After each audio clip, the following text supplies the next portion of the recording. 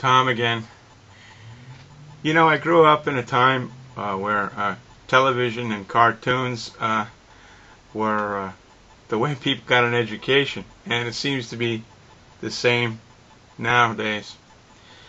And so many cartoons used to be like Aesop's Fables and things like that.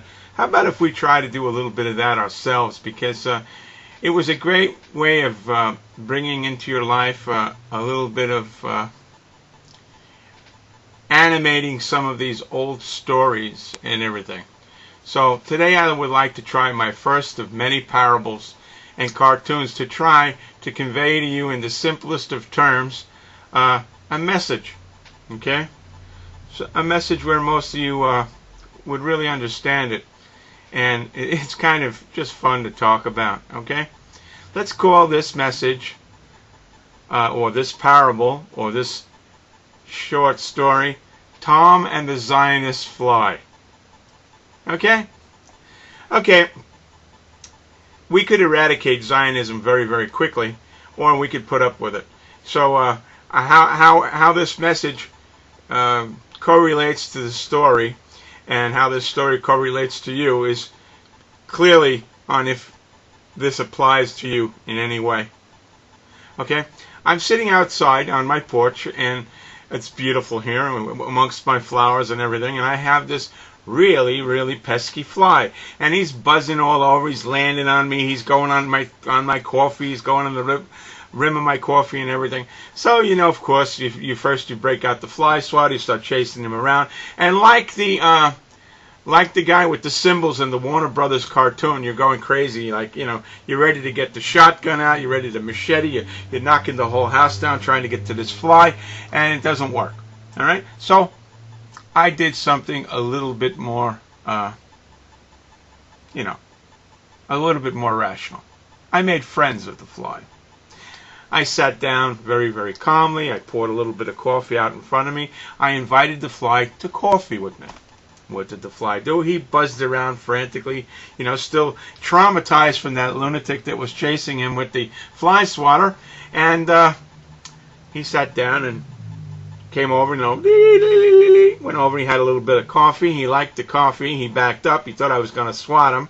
And then when he got real used to looking at the coffee and drinking the coffee and seeing that I wasn't doing anything, I was content with him just not buzzing all over me. And I said, well, if I concede to him and give him a little bit of coffee, just a little bit of coffee, which I'm not going to miss anyway, I've got a whole pot of it, maybe I'll be able to get through a meal or something, or some of my paperwork, which I was going to do on the porch, and everything would be fine. So as I went inside, I said, he's having a good time on that coffee, and I'm making the assumption it was a male. And I went out and I gave him a little bit more coffee, another little dribble of coffee.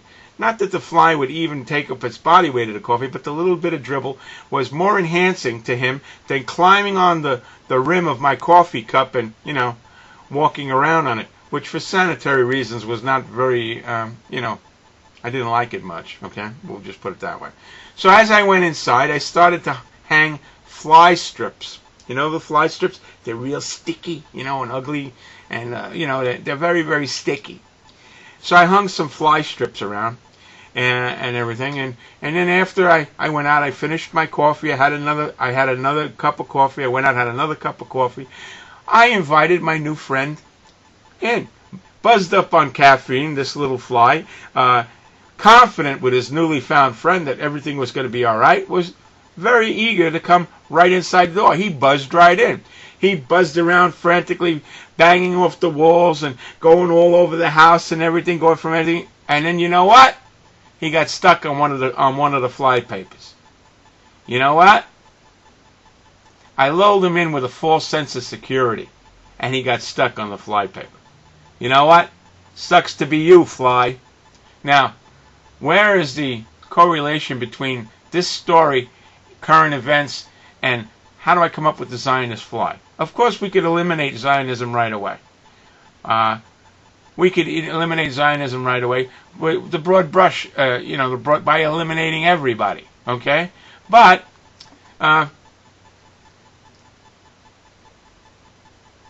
we've lulled them into the false sense of security here.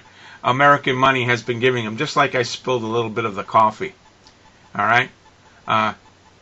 What happens when we no longer want to spill the coffee?